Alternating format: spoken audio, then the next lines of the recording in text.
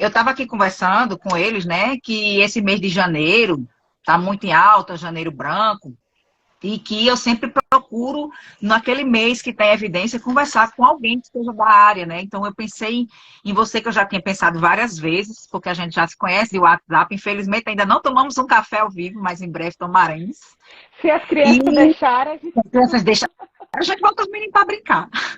Espaço Kids, agora onde eu vou. Tem Espaço Kids, É, pronto, eu vou. bota os meninos para brincar. E o quanto é importante esse tema de discutir os sintomas psiquiátricos após os 60 anos, Isso. como é presente no nosso consultório, no seu, no meu, de dúvidas. Então, eu disse, não, fechou. O tema é esse, não tem nem para onde a gente questionar, né, sobre qual outro seria. Então, Sim. não vai ficar gravado, Bruna. Fica gravado sim, porque a gente sabe que nem todo mundo consegue assistir, e eu sempre deixo para poder que todo mundo possa ouvir e aprender, que os pacientes sabem que a gente aqui não está dando aula, a gente veio para discutir, Um conversar, e bate-papo, eles, né? um Bem bate-papo bem informal, informal, eles que vão você... fazendo as perguntas deles, Perfeito. entendeu? Então, assim, a minha convidada, a Ariadne, ela é médica, que potiguar nossa, né, formada na Universidade de Potiguar, foi fazer psiquiatria lá numa terrinha que eu amo, em Porto Alegre, lá na Federal, no Rio Grande do Sul, Quando foi que e você fez, fez a eu geriatria lá, na PUC? fiz 2009, 2010. Ah, tá. É. É, Eu cheguei depois, 2003. 2009, 2010. Você a gente não se cruzou lá. É, cheguei em 2003. Eu morava super perto da PUC. Mulher, tem que ficar, né? Porque ali, a gente que não é de lá, né? Quando chega estranha muito sotaque. É, Aí, porque é um mundo totalmente diferente, mas eu adoro. Não vou mentir. Fez psicogeriatria, para quem não conhece, o psicogeriatra é o psiquiatra que se aprofundou no envelhecimento, no idoso, tá? Então, ele é psicogeriatra, mas também trabalha também fez especialização em dependência química, né, na Unifesp, que também a gente sabe que nos idosos a gente tem também que trabalhar isso, sabe? Que o alcoolismo ainda é muito presente. uhum. E hoje também, além de fazer os atendimentos dela, na clínica dela, né, na Primore, ela também trabalha pela Secretaria Municipal de Saúde e no Centro de Atendimento à Saúde do Trabalhador. Isso mesmo, essa sou eu. Essa eu sei. Ainda estou dizendo a você que quando eu sair divulgando hoje, aí todo mundo, ai, vai ser ótimo, você arrasa muito.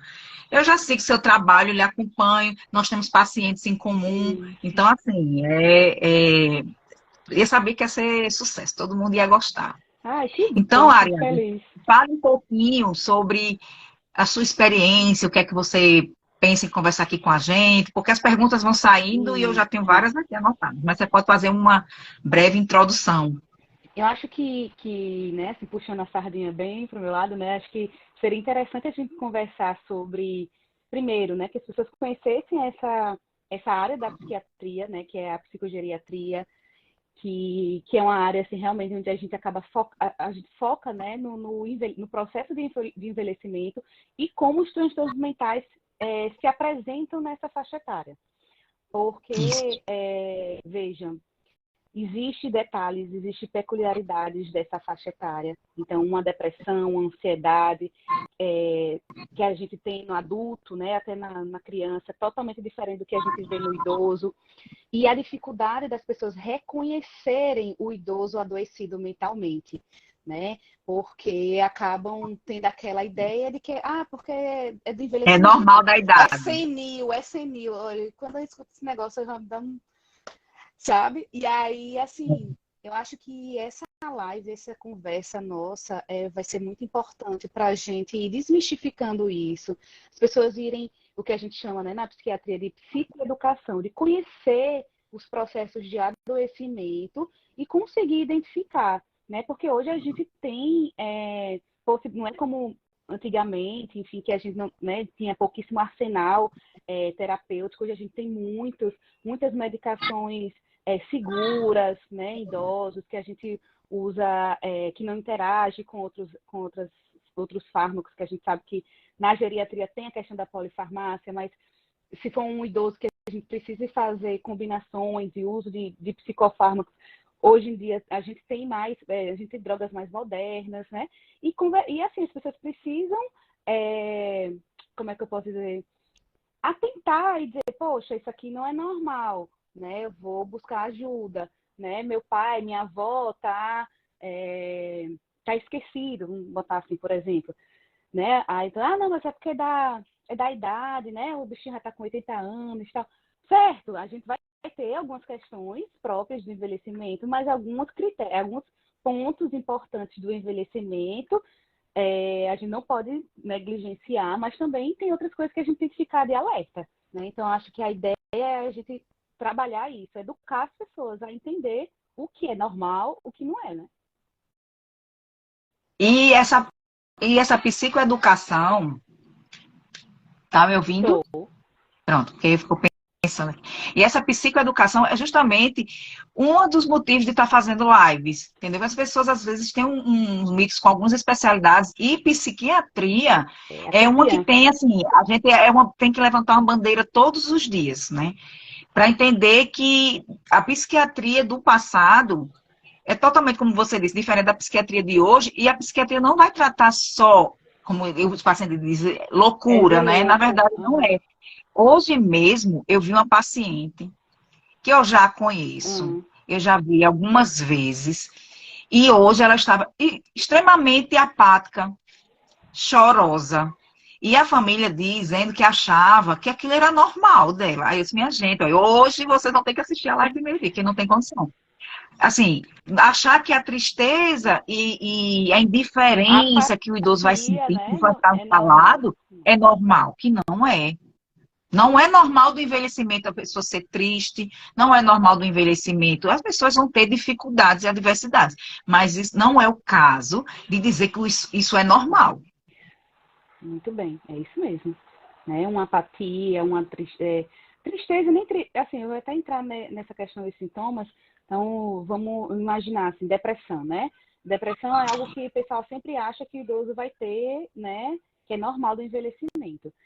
E veja, qual a situação? Muitas vezes, quando um adulto está deprimido, né? Um dos sintomas principais, critérios, inclusive, de diagnóstico e tal, é tristeza, né? Tem aquele sentimento de tristeza e tal. O idoso dificilmente vai relatar tristeza. Então, fica Tudo está difícil. bom. Tudo tá bom. Então, pode vir uma coisa de uma apatia mesmo, de uma indiferença. E aí as pessoas, bom, se ele não está falando que está triste, né? Então, para mim, não é depressão. Então, a depressão no idoso, ela se apresenta de forma diferente. Existe pouco relato de tristeza, existe mais relato de uma falta de ânimo, perda de prazer, né? E a gente vai percebendo isso também no dia a dia, né? No que o idoso gostava de fazer e que não faz mais, isso é importante também, né? Não é porque é velhinho que não vai mais fazer nada, né? E nem a gente vai obrigar a fazer algo que a gente gosta e que ele nunca gostou e a gente tem que obrigar, e também não é assim. Outro sintoma muito peculiar também é a questão de sintomas físicos, né? Então, dores generalizadas ou dores específicas em um lugar que não melhora com nada, né? Que se investiga de cima a baixo, não acha uma causa para aquilo, né? Um cansaço, uma fadiga crônica. Então, assim, isso é bem presente nos quadros de depressão nos idosos. Alterações de sono, Já né? ia falar de Isso, sono. alteração de sono também é bem presente, né? Não só insônia, Não né? só Mas insônia, mas como uma hipersonia também. hipersonia, querer dormir o tempo inteiro. Isso, uma hipersonia, alterações de apetite, né? Então, É. existe, e não só no idoso a gente vê mais, né, perda de apetite, né, consequentemente perda de peso, mas existe também outras, pode ser que a depressão ela venha aliada a um aumento de apetite e ganho de peso também, não é incomum, né? E o que eu ia falar também era, sim, sintomas ansiosos, podem vir sintomas psicóticos. Então, sintomas psicóticos seriam um alerta também para a gente, né, para a gravidade dessa depressão, né? e também o risco, né, de declínio cognitivo, é um indicativo. E quando muito grave, ideação suicida, né? A gente sabe Isso. que os índices de suicídio em idosos é bem alta, né? Não se divulga, não se fala, mas é um grupo de população que a gente tem altas taxas de suicídio. E porque quando se fala da ideação suicida na consulta, ele está pedindo ajuda, porque o idoso, ele pensa e faz. Diferente, né, do paciente mais jovem, que às vezes está ali alertando que está com ideação, que está com pensamento, mas o idoso, ele pensa e faz. Mas, como você disse, as taxas são pouquíssimas divulgadas. Olha, a Mônica está falando aí, ó, irritabilidade, raiva fácil, ser ranzinza, né, que as pessoas atribuem isso ao envelhecimento, mas eu já disse, não é normal. Como Não é. Dina falou aí, ó, às vezes sintomas depressivos que a gente vai falar na sequência aqui, mas acaba que, como a gente, os pensamentos vêm, né? Às vezes esses sintomas psiquiátricos que começam assim, depois que o paciente era jovem, não tinha, claro que ele pode ter uma depressão na juventude e depois ter um novo quadro depressivo na velhice, quando é idoso, mas um sintoma psiquiátrico mesmo, após a idade, também nos dá um alerta, né? Tá? Será que isso é uma doença psiquiátrica que está realmente começando, ou se é realmente um início, um aviso que vem um quadro demencial por aí, né? Exatamente. Então, acho que uma das nossas contribuições também para hoje é falar exatamente isso, que alguns sintomas, né, psiquiátricos, quando eles aparecem já depois de uma certa idade, né, de 60 mais, digamos assim, e geralmente, o que acontece? Até, assim, pode ser que você tenha, né, aquela pessoa que já tinha um transtorno mental desde jovem, né, e aí, enfim, os quadros mentais, eles geralmente têm uma característica de ser crônico, né, e aí vai acompanhar a pessoa pelo resto da vida. Mas algo que chama muita atenção, e por isso que é importante a gente sempre perguntar, né, se já tinha, ou se na juventude apareceu, se já se tratou, enfim.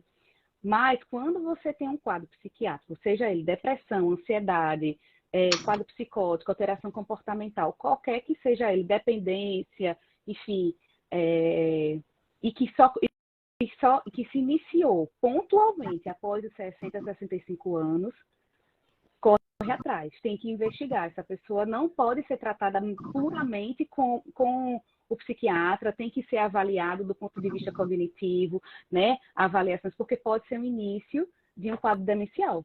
E essa pessoa precisa ser vista. Porque entrando um pouquinho no gancho do quadro demencial, que as pessoas têm que entender que existe o envelhecimento cognitivo normal e existe o patológico, certo? Que, sim, é uma linha muito tênue naqueles diagnósticos iniciais que a gente faz, daquelas queixas de memórias que são bem subjetivas, né? Num possível transtorno cognitivo leve, que é o que a gente fala que é muito comum no consultório, mas que a gente serve de alerta se esse paciente vai converter para Alzheimer, se ele vai ficar por ali, mas que sempre tem que ter o acompanhamento. Por isso que nas consultas a gente pergunta coisas que às vezes a família não percebe. E quando a gente pergunta, mas tem ficado mais calado, mais sozinho, se não tem um motivo, por exemplo, um déficit sensorial, né? Porque isso isola muito o paciente, déficit sensorial, principalmente auditivo, porque vai deixar de conversar, porque não escuta, tem vergonha de ficar pedindo para repetir, né? Na pandemia a gente teve um boom dos quadros psiquiátricos, depressivos, ansiedade, os pacientes que já tinham um início para Alzheimer, qualquer outro quadro demencial, iniciaram pelo próprio isolamento, né? Exatamente. E é assim mesmo. E precisa, veja, não é que sempre a gente vai dizer, quer dizer que sempre essa alteração é sinal de uma demência. Nem sempre, mas precisa ser visto, né?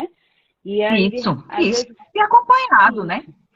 Tem que ser visto e o alerta é importante, o radar ficar ligado, não custa nada ficar, né? Pelo contrário, a gente pode pecar pelo excesso. Mas veja, as demências, a idade é o principal fator de risco, né? Então, quanto mais idade a gente tem, maior risco a gente ter de a gente abrir um quadro demencial. Então, não se justifica, né, o geriatra ou o psicogeriatra ficar alerta a isso. E a família também, né? Óbvio. É, é, eu tô anotando as perguntas, viu? Tô vendo as perguntinhas aqui. Sim, Quando ficar mais ou menos no assunto, eu vou soltar. Eu vou soltar. Porque, pra gente não perder o fio da meada. perfeito. Porque, assim, quadros depressivos, que a gente ainda está falando um pouquinho de depressão, de todos esses sintomas que você já falou aí, a gente está falando aqui junto,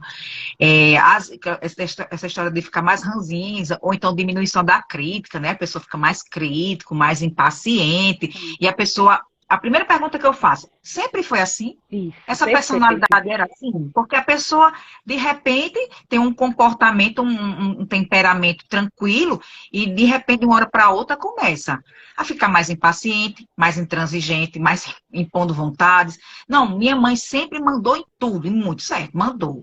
Mas tá pior quanto, né? A gente tem que sempre saber, Isso, porque como a gente não conhece antes, claro. e são coisas que dão alerta, mas que as pessoas acham que é normal. E essa coisa do comparar, de perguntar sempre como era antes e como está agora, fazer esse link é importante, né? Então, é um pilar, né, assim, das consultas da gente, assim, muito forte. E aí, quanto mais informação aquele cuidador, aquele familiar puder nos dar de como era o perfil, né, de personalidade, o jeito que a pessoa lidava com as dificuldades, né? Se realmente tinha alguma vulnerabilidade para uma ansiedade, para um quadro depressivo, né? Então, tudo isso. É muito importante fazer esse link do passado, né? Do que era, como era antes e como está agora, né? Eu vou pegar o gancho de uma pergunta que fizeram aí antes e ela repetiu agora. Ela disse que ficou com sintomas depressivos, deprimidas quando perdeu a mãe. E perguntou novamente se existe uma probabilidade de ela ter depressão novamente. Vamos lá. Esses quadros de luto, Vamos. principalmente, né? Porque geralmente o idoso que cuidou da mãe, né? Já é uma pessoa idosa, não sei se era o caso dela, que perguntou aí, mas ela disse que ficou deprimida quando perdeu a mãe. Aparentemente, eu acho que se recuperou, porque corre o risco de ter novamente? Vamos lá. Primeiro, acho que diferenciar isso, essa questão luto, né, e episódio depressivo. Então, nem todo o processo de luto ele vai se desenvolver para um episódio depressivo, tá? Então, a gente teria que entender mais ou menos, né, em que lugar ela se encaixou, né? Se foi realmente só num luto ou se esse luto ele não foi bem elaborado e desencadeou um episódio depressivo. E aí, veja, a gente tem aí uma situação vamos pensar que realmente ela teve o luto e, de fato, ficou deprimida com todos os critérios, tratou e tal. E aí a gente pensa, no primeiro episódio depressivo, numa pessoa previamente rígida, pode ser que tenha um novo? Pode. Pode ser que não tenha nenhum, mas pode também, né? Então, assim, é uma pergunta que a gente não tem uma resposta certeira, né? O que a gente vê é que quadros que se repetem ao longo da vida, realmente, assim, você tem um perfil mais, né, de cronificação. E aí, sim, a depender dos estressores, dos gatilhos, né? Enfim, perdas, enfim, né? Lutos, processos de, enfim, que gerem, né, alterações de humor, essa pessoa pode entrar novamente em um quadro depressivo. Mas, O processo assim, de elaboração desse luto, né? Também como foi. Isso, se for um episódio único, pronto, foi esse, depois do falecimento da minha mãe e tal, vou ter de novo? Não sei. Pode ser que sim, pode ser que não. É verdade. Principalmente esse processo de luto, de perdas, se a gente tem um paciente que a gente acompanha muito, isso é muito comum, começou com. Aí trazem, né? O idoso, ela está mais esquecida, um pouco mais desorientada. Aí eu sei há quanto tempo? Quando é uma coisa muito pontual, faz 2 semanas. Então, 2 semanas, vamos afastar outras causas, né? Perfeito. Que pode ser o delírio, que a gente pode até falar daqui a pouco. Mas quando a pessoa conta, faz 2 anos. Aí você pergunta, e o que foi que aconteceu há 2 anos? Às vezes foi uma perda, de um filho, perda de um marido com viúva, um internamento, uma fratura, que eu digo que dá tempo para desenvolver de mudou novo. a rotina, É. uma fratura, perfeito.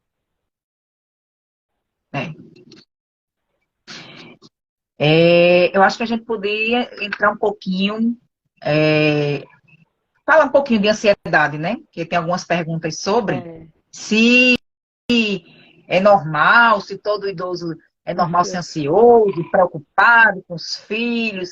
Eu costumo dizer que o que eu aprendo com elas, e eu, como mãe, acredito que faz parte de ser mãe, ser preocupada com os filhos até, né? Com os filhos, com, né? Todo mundo. Mas a gente tem que ver até onde essa preocupação é normal, né? Essa ansiedade, ele é um sentimento que é normal a gente ter, que tem que fazer parte do dia a dia para que a gente tome impulsos, decisões. Por exemplo, vou fazer uma live com a Ariadne. Me dá uma ansiedade, mas uma ansiedade boa, porque a gente vai fazer um movimento, né? Que envolve outras pessoas. Mas, se você tem aqui acima ou abaixo, não é normal. Nem é você não ser ansioso, também não é normal, como não é acima, também não é normal. E na pandemia, eu identifiquei muito piora de quadros ansiosos relacionados à fobia, né? O transtorno de ansiedade generalizada, pelo medo de morrer, porque perdeu pessoas na família, porque perdeu amigos, porque eu tive Covid e não saí de casa, e não estou vendo minha família e o Covid chegou na minha casa, né? Você poderia conversar um pouquinho, Ariane, na sua experiência aí? Realmente a pandemia, assim, ela escancarou, né, essas questões. Mas veja, como você bem falou, a ansiedade, ela é vital para todo mundo, né? Então, ela nos protege, né? Ela nos dá segurança, enfim, é fisiológico. Agora, existem alguns critérios, né, de ansiedade, alguns padrões ansiosos que realmente, quando a gente vai observar, vai avaliar, vai questionar, a gente percebe que já passa da normalidade, já é um quadro mais patológico. Então, por exemplo, um nível de ansiedade que não lhe deixa relaxar, que não deixa você descansar, você está todo o tempo com aquele pensamento acelerado, pensando várias coisas ao mesmo tempo, né? No que a gente chama de taquipsiquismo, né? O pensamento acelerado. Preocupações com coisas que você não se preocupava antes, né? E que são relativamente banais, assim, né? Uma conta para pagar, por exemplo. E aí o idoso começa a ficar ansioso porque tem que pagar tal conta e desproporcional, né? Sintomas físicos, né? Começa a ter ataques de pânico, crises de ansiedade, né? Então, aquele conjunto de sintomas, né? Taquicardia, sensação de falta de ar, sensação de sufocamento, tremor, sudorese, até perda esfincteriana, sensação de morte, dor torácica, vou ter um infarto, vou morrer, né? Os quadros de insônia também podem vir juntos. Geralmente vem o teor cognitivo é de extrema preocupação, de medo de uma doença grave, né? Medo de morrer. Então, quando isso fica desproporcional, que isso começa a prejudicar a vida da pessoa, né? A pessoa começa a ter implicações no seu cotidiano por conta desse excesso de sintomas, aí corre, pede ajuda. É o pensamento catastrófico, também, né? É você fazer uma catástrofe na sua cabeça de uma coisa que ainda não aconteceu. Isso também tem, é bem... E a ansiedade, ela está muito vinculada a dificuldades de concentração. Tá ouvindo? Isso é bem comum. Travou, mas voltou. Travou, mas eu acho que agora voltou. Você está me ouvindo? Pronto. Uma das queixas mais comuns do consultório. Eu estou muito esquecido, eu não consigo me concentrar, eu não faço, né? Só que o pensamento está lá acelerado, acelerado, acelerado, a Sim. pessoa não foca em fazer uma coisa de uma vez, quer fazer várias coisas de uma vez. Aí diz logo, olha, eu estou esquecida, minha família tem caso de Alzheimer, eu já estou aqui. Mas, na verdade, quando você vai investigar por trás, tem muita coisa. Acha que está com déficit de atenção, né? Um super diagnóstico de Sim. TDAH e no mundo, as pessoas muito ansiosas, né? Na verdade, precisam reconhecer e buscar ajuda. Na verdade, quando nos procuram dizendo que estão esquecidos, que a gente vai abordar como é que está o estilo de vida e tudo, e orienta a procurar, né, psicoterapia e fazer outras atividades juntos, que a gente não entra nesse método de Uhum. tratamento, mas que eu sempre falo aqui que a atividade física é terapêutica em todos os sentidos. Sim. Eu tenho uma paciente portadora de um quadro depressivo, associada a uma fibromialgia, uma osteoartrite de joelho importante, mas que depois de uma vida toda resolveu fazer atividade física.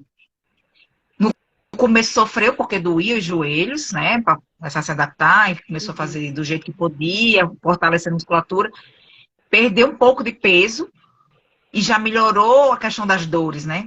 Sim. Junto com o tratamento que ela faz com o psiquiatra dela, junto com essa parte de psicoterapia, mas que a atividade física não foi só para a questão de perda de peso, e sim porque eu digo que também melhora, eu digo para aliviar um pouco, É, né? Essa melhora quadros o juízo, ansiosos, como diz. depressivos, Melhora o melhora juízo tudo. mesmo. Melhora Melhora o mesmo. juízo. Mas sim, isso é comprovado cientificamente, né? Nem porque, é porque são médicas e sempre falam sobre atividade física, né? É tipo como se fosse um lugar comum, a gente está sempre falando isso. Mas hoje já tem evidência científica mesmo que quadros, para qualquer quadro, depressivo, atividade física, ele tem benefício. E para quadros leves, inclusive, só a atividade física já pode ser curativo, né? Já pode ser Exato. tratamento. Então, a atividade física ela pode ser o próprio tratamento, né? O único tratamento, mas pode ser algo adjuvante, né? Ali no conjunto das outras atividades. Chegou outra pergunta aqui sobre a questão por que que no envelhecimento diminui a libido. O que é que faz para não diminuir a libido? Aí eu vou aproveitar o gancho e vou dizer aqui, clinicamente, se investiga se existe algum motivo, mas está aqui a psiquiatra para dizer que às vezes o motivo também está aqui, Tá um juízo, né? de novo. Está aqui no juízo, né? Se não é um sintoma, se não é se essa perda de libido não é sintoma depressivo, se não é um sintoma ansioso, Isso. não é se é porque a sexualidade nos 60 a mais é um tabu também, aí a pessoa Uhum, não aborda isso na consulta. é verdade. Né? Questões hormonais, menopausa, né? Isso. Enfim, e precisa, como você falou, precisa descartar essas causas clínicas, orgânicas, né? Que a gente chama, mas muito, né? Se tem, realmente são essas questões. Muitas vezes é uma pessoa que está deprimida, é um parceiro que, né, ao longo da vida não foi muito bacana, né? E aí, como é que uma mulher vai ter libido com um cara que, né, não tem mais vontade? Tem as questões da própria sexualidade como um tabu mesmo. Então, não se pode, né, sentir libido porque eu tenho 65, 70 anos. Então, são muitos pensamentos que acabam, assim, distorcidos, né, que acabam reprimindo essa pessoa. Isso. Mas Não sei se quem me perguntou, será se a isso? resposta foi clara, mas eu acho eu acho que era bem por aí mesmo. E isso que você falou, até esqueci de comentar em relação às queixas de memória, né, que elas também são muito comuns, tanto nos quadros de depressão como nos de ansiedade. E antes da gente taxar aquela pessoa com, né, um transtorno cognitivo, seja leve, seja, né, um maior já, assim, a gente precisa tratar. Então, muitas vezes a gente trata a depressão, trata a ansiedade, combina com tratamentos não farmacológicos, psicoterapia, atividade física e tudo, e essa pessoa melhora, né? Então, Isso. quadros depressivos e quadros ansiosos causam muita queixa de memória. Então, a gente não pode esquecer disso, né? Isso é todo dia se pergunta. Medicações, né, Ângela? Medicações Medicações, também. com certeza. Isso aí também tem. Aí tá tomando um monte de coisa aí, memória. Eu tô péssima da memória. Vamos lá ver a lista de medicações, né? Exato. Então, assim, isso também a gente precisa, né, olhar. Eu sei que, na verdade, às vezes as pessoas nos procuram pelo medo maior, né? De ser realmente uma doença que tenha medo, que seja um quadro irreversível, tudo mais. Mas a gente precisa trazer a pessoa também para a realidade, né? Olha aqui, vamos ver. Provavelmente seja essa medicação, pode estar causando isso. Identifiquei isso aqui, né? Então, trazer a pessoa para a realidade, né? Porque às vezes quando a gente vai perguntar, tá aqui, cadê a lista de remédios? Traz, né? Eu fiz, mas aí eu ainda tenho que perguntar, tem para dormir? Ah, sim, tem. Sempre Tem algum esquece daquele, tem né? algum, tem algum natural?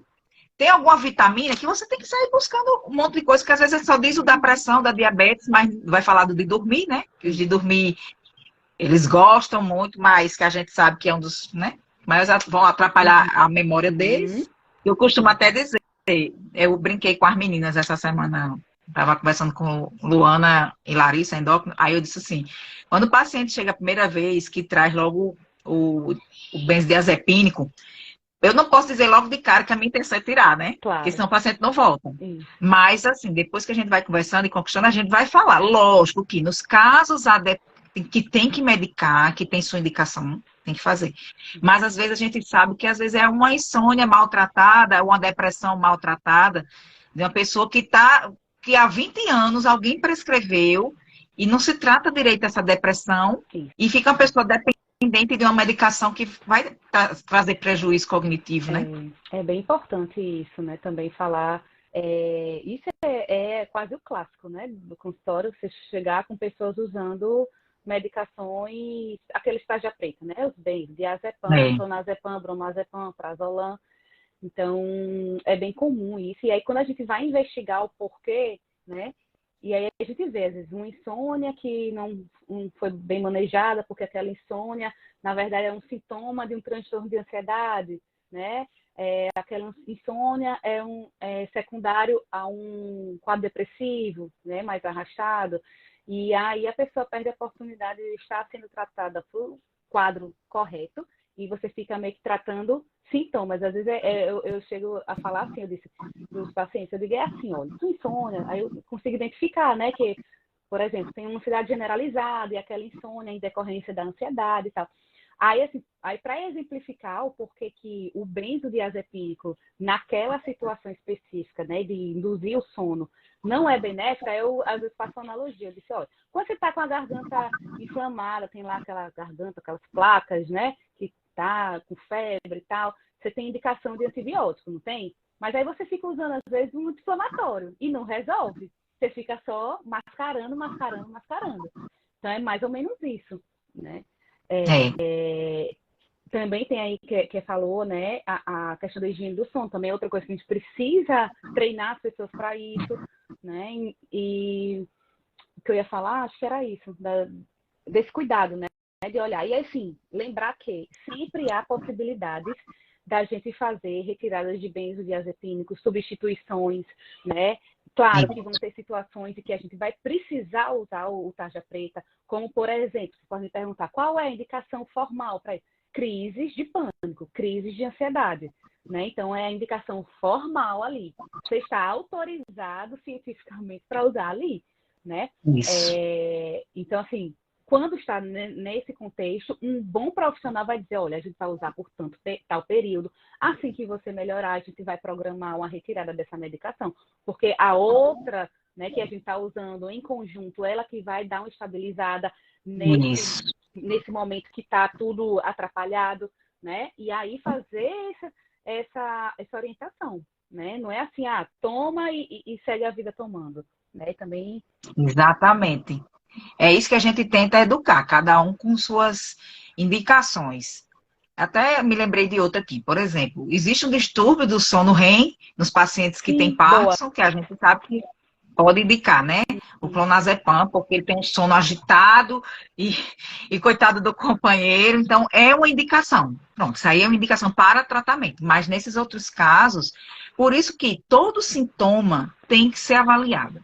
Tem que ser avaliado, ser o médico de sua confiança para avaliar justamente a indicação.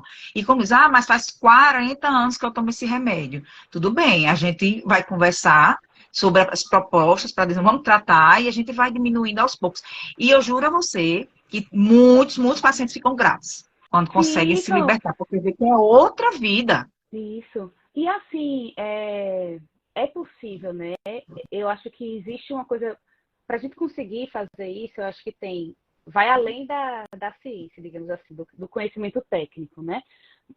Vai do paciente se identificar com o profissional, ter segurança no profissional, o profissional passar tranquilidade, né? Não querer atropelar os momentos, porque pode ser que essa retirada da medicação seja Isso. lenta, precise ser lenta, né?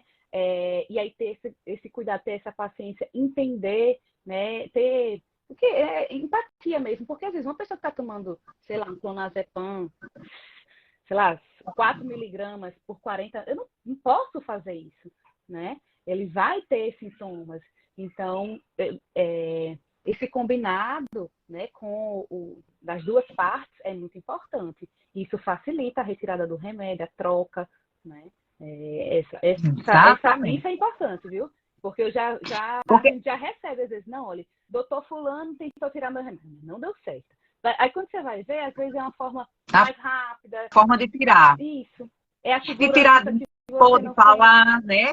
De Isso. acolher, de acolher Isso. aquele paciente. Por isso que eu brinquei logo, eu disse, olha, eu não posso jamais, numa primeira consulta, dizer que eu estou Sim. pensando futuramente em tirar o remédio. Tem um paciente, não, vamos, Geralmente né? é A o gente tem paciente. que, tem que confiar e a gente fazendo a educação para tentar futuramente Isso. ver até onde a gente pode chegar, né? Que às vezes Porque a gente consegue fazer um desmame e tem sucesso e às vezes consegue pelo menos diminuir um pouco a quantidade de isso medicação. é verdade. É assim, é colocar na sua lista de prioridades, né?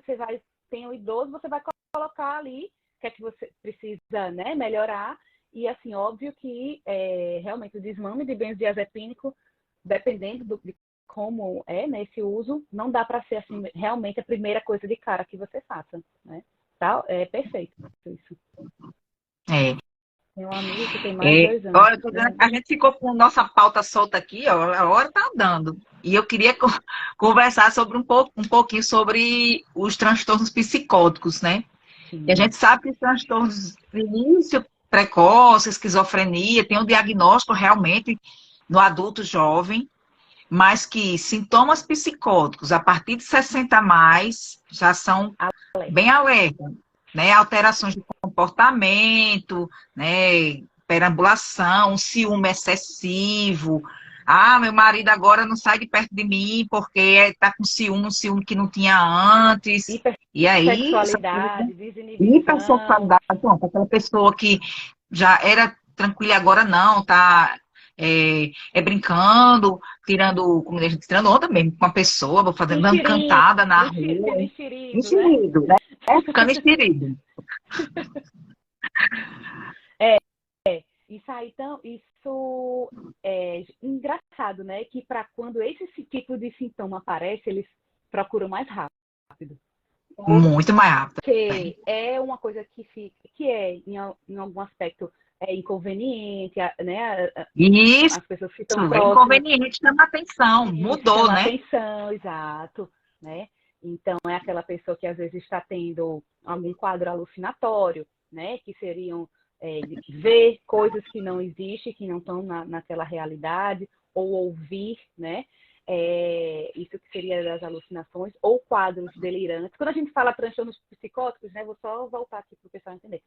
Quando a gente fala de transtornos psicóticos, seriam quadros em que a gente vai ter alterações Do na pensamento, percepção né? da realidade, exatamente, do pensamento e percepção de realidade. Então, pode ser quadros de alucinação ou pode ser quadros de delírio, né? As alucinações vão mais para esse aspecto sensorial, né? Que pode ser auditivo ou visual, e os delírios mais para esse aspecto cognitivo.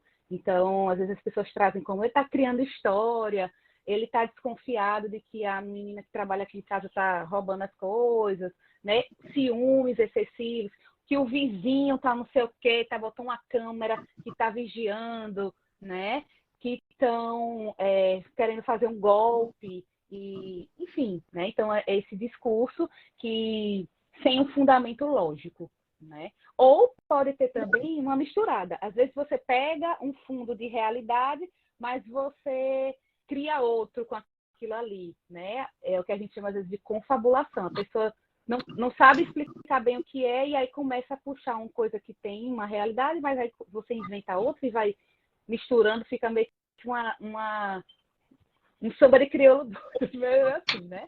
Mas, então, isso são alterações psicóticas. E aí, você pode ter só os sintomas psicóticos puros, né? Então, se a pessoa só tem aquela alteração de alucinação ou delírio, associada a outros sintomas comportamentais ou não. E você pode ter sintomas psicóticos associados a algum quadro de humor, né?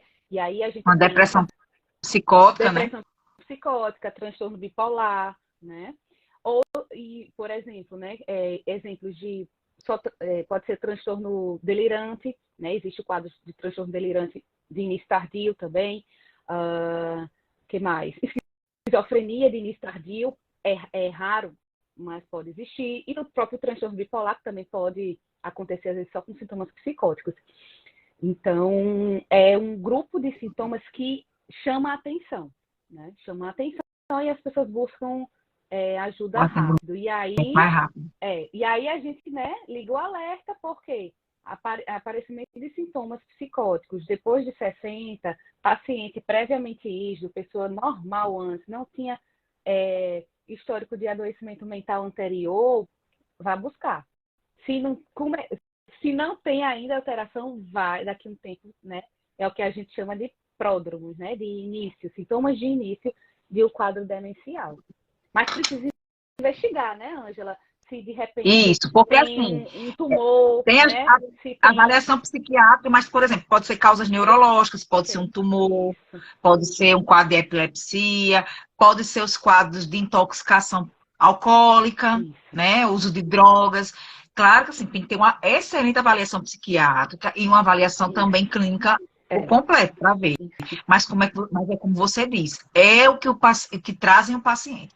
Porque realmente é uma coisa que é exposta, incomoda, diferente do velhinho lá apático, né? Tá lá quietinho no canto dele, ai, não incomoda ninguém, isso é da velhice. O neto passou no vestibular de medicina e ele não ficou feliz, né? Estranho, né? Mas os sintomas psicóticos, eles trazem mesmo o paciente para o consultório.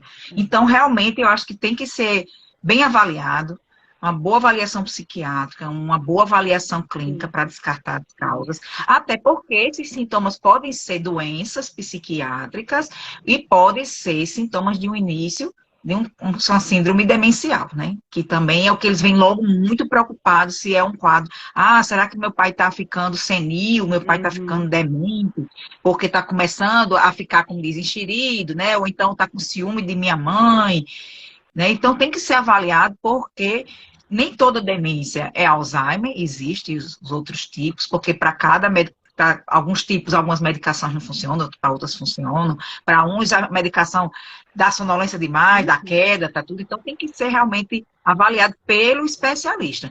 Um psicogeriatra, ou geriatra, para realmente avaliar. E, como a gente disse, a gente trabalha em conjunto, né? Como eu falei com você daquela paciente que eu encaminhei, mas eu acho que não foi, que chegou para mim com história de um quadro demencial, bastante agitada, e a família querendo que ela se acalmasse, por conta própria foi aumentando a medicação, a paciente fez o que a gente chama, é um termo médico, mas que eu digo aqui, que é uma agitação, fez uma catesia, né, uma reação ao remédio, ao aumento da dose do remédio. Eu disse, mulher, vem aqui conversar comigo, eu preciso entender. Então a gente foi entender, ela tentou puxar o histórico da mãe dela, mas quando ela revelou que ela tinha momentos de euforia, de gastar muito dinheiro na juventude, ela estava muito bem, no outro dia estava trancada no quarto, aí eu disse, ó, aqui é um transtorno, né, de afetividade bipolar que está maltratado. Então, vamos começar, quando começa o tratamento, do diagnóstico correto, lógico que ela tem um quadro demencial associado, mas melhorou muito Sim. dos sintomas psiquiátricos. Sim, e a gente não pode esquecer que, falando de fator de risco, né, quem tem algum transtorno mental, né, antes do envelhecimento, né, lá na juventude, enfim, que abre ali, né, adolescência, início da idade adulta, e quando não são adequadamente tratados, eles também são fator de risco para quadros demenciais. Então, pode Isso. acontecer de pessoas terem as comorbidades, terem as duas coisas, né? Então, e esse olhar foi fundamental, né? Porque a princípio você pensou, não, isso aqui é da demência, mas aí você foi buscar lá atrás, e só eu acho que aqui tem um transtorno bipolar aqui comórbido, então vamos Porque por buscar. um tempo ela morou só. Uhum, Então a filha perdeu um contato, sim, sabe? Infelizmente, às vezes o diagnóstico não é feito, é uma pessoa muito difícil de conviver, então acaba a família, né, criando um isolamento, então perde um fato. Então, mulher, então senta aqui, me conta como era a infância. Você com sua mãe, me conta como era, o que é que você via, o que é que você uhum, lembrava. Né? E exatamente. assim, realmente, porque essas coisas a gente tem que sair realmente puxando, porque às vezes vem para a consulta, vem cuidador, vem a família, pode entrar todo mundo que sabe da vida do paciente, eu preciso É. saber.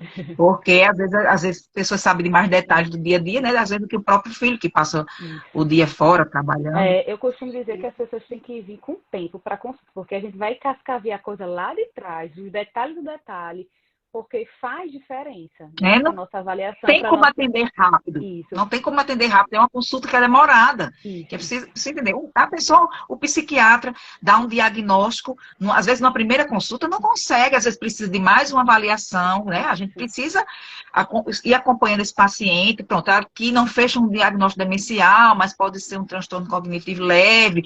Vamos reavaliar com tantos meses. Volta e a gente vai sair acompanhando.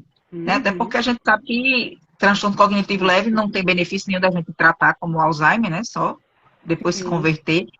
Mas uma pergunta que fizeram aí, que Hum. eu vou dar minha resposta. Quando é sobre revelar o diagnóstico. Eu não sei se é revelar o diagnóstico psiquiátrico, ou se é revelar o Qual do. diagnóstico da demência, qual o diagnóstico. Mas eu entendo que é um direito do paciente saber, né? Porque às vezes fica naquela teoria da É, conspiração, né? É um direito do paciente saber. é. Eu gosto assim de sempre ver qual é a situação. Vamos lá. Se for um contexto que, como você falou, sei Por lá, piorar, vou piorar, você pode postergar, esperar uma isso. situação um momento mais adequado. Se não, eu também sou a favor de falar. A gente tem que falar, tem que dizer, né? Pode ser que no primeiro momento a família queira que não fale, mas assim você combina, olha, mas eu não vou poder ficar dizendo que ela não tem tal coisa, porque precisa ser falado, né? Qualquer diagnóstico. A pergunta foi qualquer Qualquer diagnóstico. diagnóstico, qualquer É. diagnóstico. Tem um pouco, assim, às vezes, dentro da psiquiatria, de falar de transtorno de personalidade, se fala, se não fala. Mas, veja, eu acho que é muito do que você sente ali daquele paciente. Tem paciente que você não vai falar de primeira vez, você vai esperar um pouco, você vai esperar aquele vínculo, né, ser mais forte, e Isso. aí outros você já sente que de cara falar vai ser importante, né? Eu É. digo assim, não existe uma regra, mas sempre que possível é bom ser esclarecido. Ele precisa saber, né? Eu achei que ficou bem claro. Olha, eu disse a você que 1 hora era pouco. Já tá acabando, já? A gente tem uns 5 minutinhos ainda aí. Mas, assim, é bom que fica com gostinho de parte 2. E a gente, porque já falaram outros temas aqui, eu já Falaram o saí quê? anotando. Ah, tá. Falar pra gente falar um dia sobre sexualidade nos idosos. Eu até falei com a Aline, que é psicóloga. Eu disse, Aline, e ela é sexóloga também. Disse, Aline, a gente podia fazer um Ah, momento olha aí. de 60 a mais, né? A gente podia depois fazer. Aí ela disse, é uma boa. Aí falaram aqui, eu já anotei. Porque, assim, se a gente fosse entrar no mérito, a gente não conseguia abordar os principais, né? Porque você viu que a gente passa um tempo. Transtornos depressivos, E transtornos a ansiosos. gente E a gente fala, e não é falou só isso, bem cada um. pouquinho, Se viu? você for abrir as subabas dos subdiagnósticos, né? Que depressão, você tem vários subtipos, né? A gente não está aqui para dar aula, mas a gente está aqui, pelo menos, para, como eu digo, é educar. A função dessas lives, quando eu promovo, é na situação de educar o cliente que está assistindo, o nosso paciente, né? A audiência que está assistindo, né? Isso, eu acho que é mas pode falar mais, quer falar mais, não quer falar mais. Uma das funções, né, nossas, assim, né, é poder educar as pessoas, né? E as pessoas terem conhecimento. Quanto mais conhecimento, melhor, né? Não necessariamente tudo que a gente falou aqui, com certeza, agora tem que marcar consulta. Não é isso, né? A gente não quer assustar ninguém, a gente quer passar conhecimento, né? Exatamente. Passar conhecimento, ou então você agora está refletindo sobre aquela pessoa que você tem na família, que realmente ela gostava de fazer o artesanato, gostava de fazer o crochê, gostava de ir à missa e hoje não gosta mais nada disso. É estranho, né? Vai deixando de. Uma das perguntas que a gente faz quando avalia, se a pessoa deixou de fazer as coisas que gostava e tinha prazer de fazer. Né? Então, eu acho que a principal mensagem aqui que a gente está querendo trazer é educar a audiência e despertar, caso você perceba, ou em si, claro, ou em outras pessoas, que você precisa de uma avaliação ou não, ou então dizer, me lembrei de uma pessoa, vou encaminhar, eu vou deixar a live salva. Apesar que eu agradeço desde já a audiência que ficou lá em cima sempre, viu? Não tinha feito ainda de meio-dia, mas eu vi que realmente é um horário bom também, quando a gente não puder fazer à noite. Sim. Então, que depois as pessoas possam também assistir, depois com calma. E eu garanto que se tiverem dúvidas, pode mandar direct para você, pode mandar direct para mim, que a gente vai respondendo com o maior prazer. Sim, a gente está aqui para isso mesmo, né? Para trocar essa ideia, passar essas informações, tirar dúvidas, esclarecer. Né? E uma mensagem que eu queria deixar também Pronto, já ia perguntar para você qual a mensagem que você gostaria de deixar. A mensagem que eu pensei agora de deixar, que eu tô deixando assim minha mente devagar, tá? É como se eu estivesse no meu divã agora. Tô divagando aqui com vocês. Eu adoro, tô adorando. O quê? De que, gente, olha, uma consulta com um psiquiatra, não necessariamente vocês vão sair com uma prescrição de medicações que vai causar dependência, né, que vão ficar dopado, que vai tirar a alegria da pessoa, que vai deixar a pessoa sem sentir nada. Né? A consulta com o psiquiatra é para além de uma prescrição. Né? Estou falando assim do psiquiatra, mas assim, porque tem muito mais estigma, né, Ângela? Então vai muito mais tranquilo com o geriatra. Então, vai muito além disso, né? Então, assim, a psiquiatria, principalmente a psicogeriatria, né? A gente precisa encarar e ver assim, que a gente tem outras ferramentas, outros mecanismos também para ajudar, né? Naqueles quadros. E que se a gente perceber, né? Eu falo por mim, se eu percebo que aquela pessoa não precisa de medicação, eu não vou me medicar. Eu vou dizer, olha, não precisa, isso aqui resolve assim, assim, assado, vamos tentar fazer um estímulo cognitivo aqui, vamos... Esses dias eu acho que eu atendi um senhor, aí ele veio com uma avaliação neuropsicológica, vinha nada muito relevante, veio porque foi a neuropsicóloga sugeriu, e eu disse, né, ele estava bem e tal, eu disse, bom, não vou fazer nada, a gente vai só acompanhando e vamos vendo. Né? E claro, fiz algumas orientações não farmacológicas. Então, assim, não tenham medo do psiquiatra. A gente não é aquele povo que anda com os cabelos não sei como, que é estranho, que é um ET, que não sei o quê. Dalvina, eu não respondi sua pergunta porque eu não entendi. Eu até, se você quiser depois, ou bota novamente aí, ou manda no direct, porque eu entendi assim. Você mandou um amigo seu de 80 anos, não anda, não fala. Aí eu não entendi o que era a pergunta. Eu acho que ela queria saber o que é que a gente acha que pode ser. É isso? Aí, se é uma for gama, né? pode ser muita coisa. Pode ser um AVC, pode ser uma depressão, pode ser muita coisa. Pode ser uma doença neurodegenerativa, né? Isso. Aí fica realmente muito, muito difícil a gente dar um diagnóstico só com essa informação. Então, assim, se ela tiver mais dúvida, ela pode procurar a gente no direct e a gente Sim, pode também sim, dá uma ajudar. orientação. O que puder, né? Porque, assim, dar diagnóstico também, se a gente às vezes não consegue dar um diagnóstico numa consulta de 1 hora inteira, aí, assim, numa pergunta na live, assim, a gente consegue só apagar um foguinho Sim. aqui, Não, mas... tem paciente comigo que às vezes eu ainda não fechei. E tá, às vezes, É, anos. E você está sempre na dúvida o que é. pois, olha, são 13 horas e 5 minutos. Para mim, eu ainda ficava mais 1 hora aqui batendo papo, mas eu sei que você vai trabalhar. Mas Eu, o eu, consultório. eu ainda estou de férias Ah, é? do vínculo de hoje de tarde, Ai, que coisa boa. né? Mas, Ariadne, assim, não é um clichê, não. Foi um prazerzão fazer essa live com você. Foi muito boa. Sabe, assim, quando você disse, não vamos fazer falta, não, vai fluir. Eu digo, vai fluir porque não falta assunto. É. E as pessoas participam muito, mandam pergunta. Então, assim, eu agradeço pela sua disponibilidade, por você prontamente já aceitar. Só que não poderia ser à noite, isso não tem problema, não perca você, vamos fazer no horário que vai dar para você. Nem Eu que me fosse lembro no final de quando semana. eu recebi sua mensagem, eu estava no supermercado. Aí eu disse, stop, fazendo a feira. Eu disse, stop, só não pode ser à noite. Mas meio dia, aí dá certo. Mas eu Pois que é. agradeço o convite, muito, muito bom, assim, estar com você, trocar essa energia, né? E a gente poder realmente, assim, né? Ter mais momentos como esse. Eu gosto E muito de falar, principalmente falar isso, assim, livre, sabe? Sem uma amarra. isso. Quando você disse, não, vamos falar dos sintomas psiquiátricos, aí eu fiquei escrevendo o tema, né? Não, sintomas psiquiátricos a partir de 60 E anos. ponto. Tudo. Aí que sair, a gente fala dos principais e vai Sim. respondendo as perguntas. E eu digo a você, ficou com gostinho do quero mais. Espero uma próxima oportunidade a gente repetir, escolher outro tema, conversar mais um pouquinho sobre esse tema.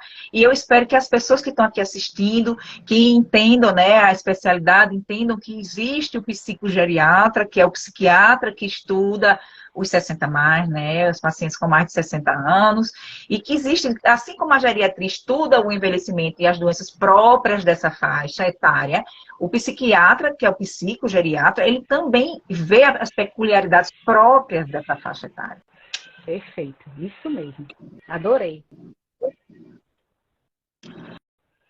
Tá bom? É Então, uma boa isso. tarde Um a beijo, gente. todos. Vou deixar você fazer seu consultório agora, agradeço. A live Vou me vai ficar arrumar e salva. vou passar ali corrida pela sala e vou para lá. Valeu, Foi brigadão, foi muito muito legal, obrigada, gostei viu? bastante. Até a Até. próxima. Tchau, Um gente, obrigada. beijo, tchau.